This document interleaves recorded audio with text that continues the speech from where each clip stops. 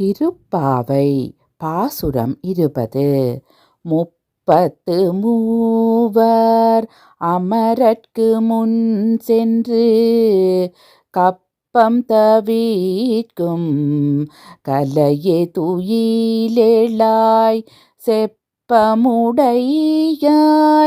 திரளுடையாய் செற்றார்க்கு வெப்பம் கொடுக்கும் விமலா துயிலெழாய் செப்பென்ன மென்மூலை செவ்வாய் சிறு மருங்குல் நப்பின்னை நங்காய் திருவே துயிலெழாய் உக்கமும் தட்டொளியும் தந்துன் மணாளனை இப்போதே எம்மை நீராட்டேலோரும் பாவாய்.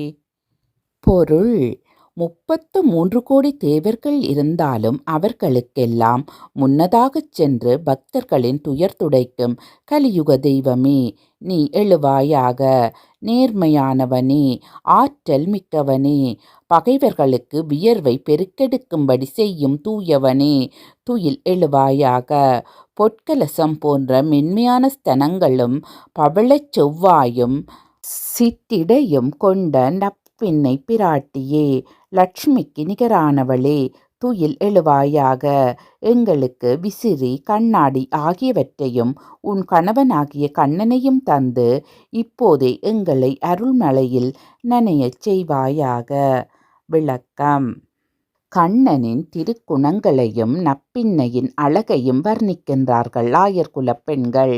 கண்ணன் கடவுள், அவள் எல்லாருக்கும் பொதுவானவன். அவன் நப்பின்னைக்கு மட்டும் சொந்தமானவன் என்று எடுத்துக்கொள்ள முடியாது என்பதால் அவனையும் கேட்கின்றார்கள். உக்கமும் தட்டொளியும் ஆகிய விசிறியையும் கண்ணாடியையும் ஏன் கேட்கின்றார்கள்? விசிறியினால் காற்று வரும், வீசுபவனுக்கு மட்டுமல்ல, அருகில் உள்ளவர்களுக்கும் சேர்த்து. நம் செயற்பாடுகள் நமக்கு மட்டுமன்றி பிறருக்கும் பயன் தருவதாக அமைய வேண்டும் என்பது இதன் உட்கருத்து. கண்ணாடி உருவத்தை காட்டும், ஆனால் உருவத்தில் ஒட்டியுள்ள அழகையோ அழுக்கையோ தன்னில் ஒட்டிக்கொள்ளாது. வாழ்க்கை என்றால் பட்டம் படாமலும் இந்த உடல் ஒரு வாடகை வீடு. இதை எந்த நேரமும் காலி செய்ய வேண்டும் என்ற எண்ணத்துடன் இருக்க வேண்டும் என்பதை விளக்குகின்றது. ஆண்டாளின் கவித்திறமையில் ஒளிந்துள்ள மறைபொருளுக்கு ஈடேது?